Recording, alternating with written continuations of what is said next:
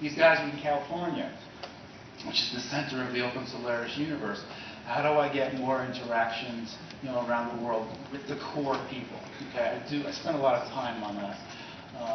These guys here this is the Intel engineering team in Beijing, and they're actually hacking my computer here. This is my old laptop because I forgot my root password, and they wanted to know what chip was on the computer. Like, who cares what chip is on your laptop?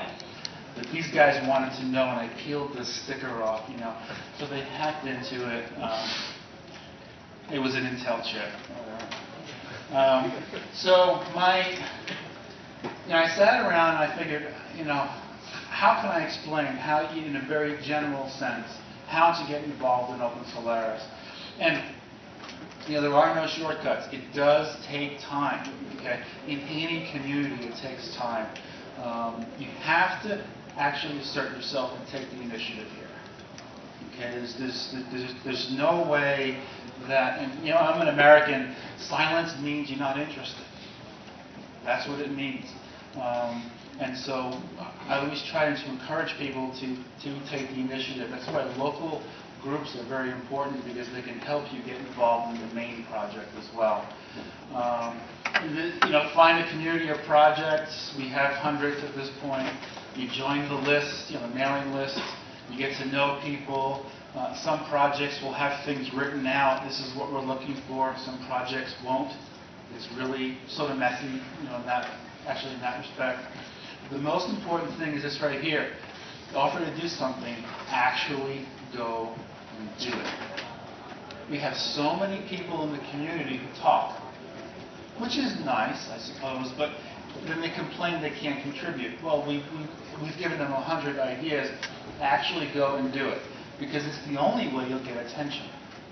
Communities can be noisy places, right? And so one of the things that I've learned is that to cut through the noise, go and do something. Actually write some code and submit it to somebody. And you'll get attention.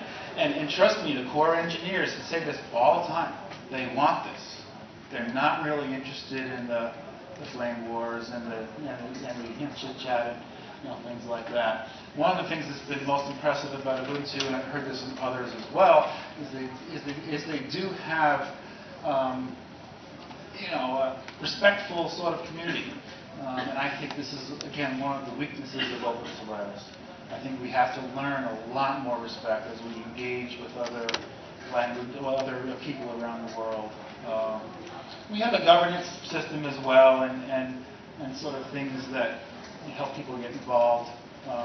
These are, if you're interested in getting involved with OpenSolaris and you wanted a quick list, this is my list.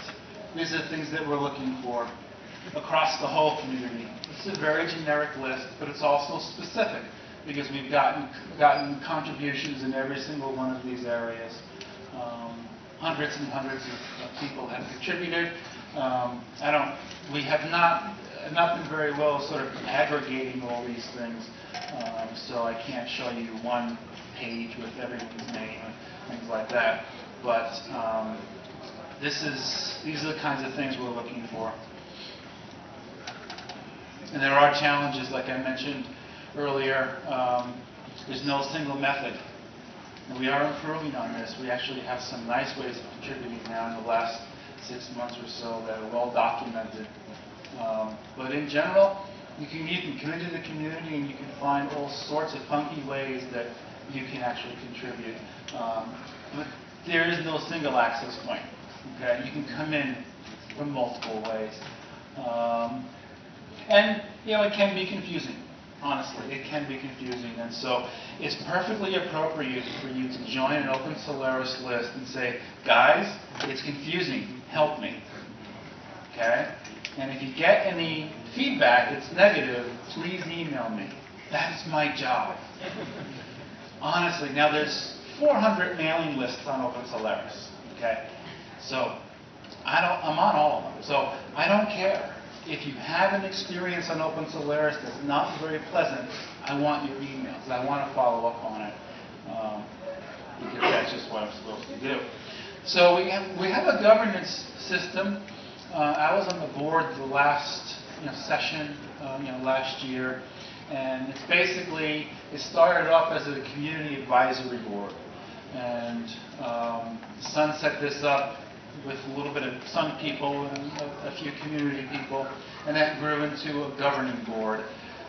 7 people, elections, the whole bit. It's a bit bureaucratic, I must admit, but at least it's an attempt at structure. Because the challenge is we have existing processes and structures inside the company that don't necessarily map to generally accepted open source concepts outside. Sometimes they do, but a lot of times they don't.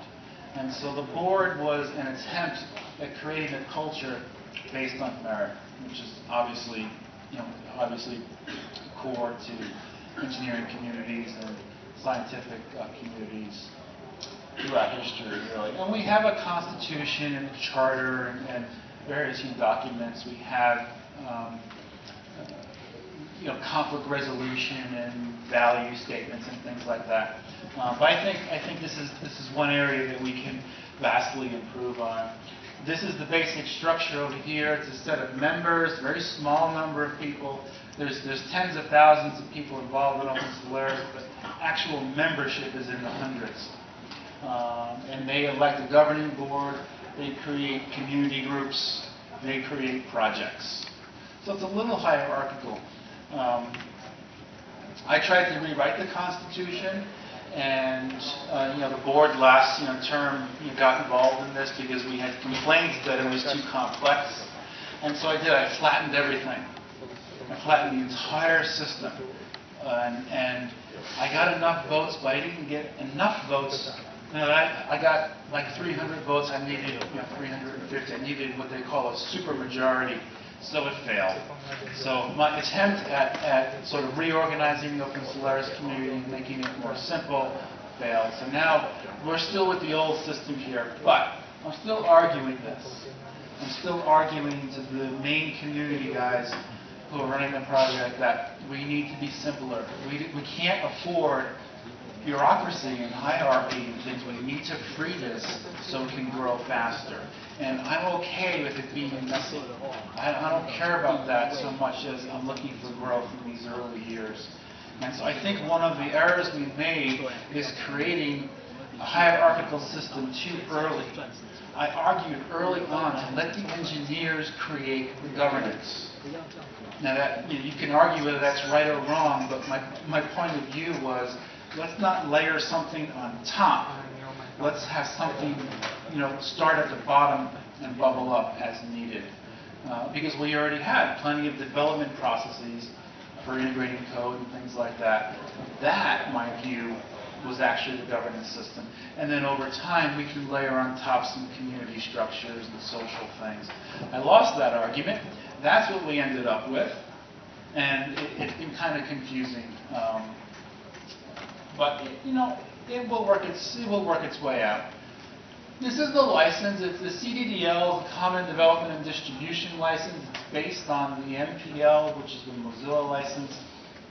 It's a perfectly fine open source license. We considered all the licenses actually, but we had a challenge because the code in Solaris, a lot of it is very old. We don't own all of it. So we needed a license in the kernel that could be mixable with other licenses. So just like MPL, if you take a CUDL file and alter it, your contribution has to also be CUDL. You have to publish it, things like that. But you can write a new file and link into a CUDL file, and that's okay. We needed that flexibility in the kernel because there are dozens and dozens and dozens of copyrights in there. And so it's been fairly successful for us in some areas, and I would like to see it, more projects actually adopt it. But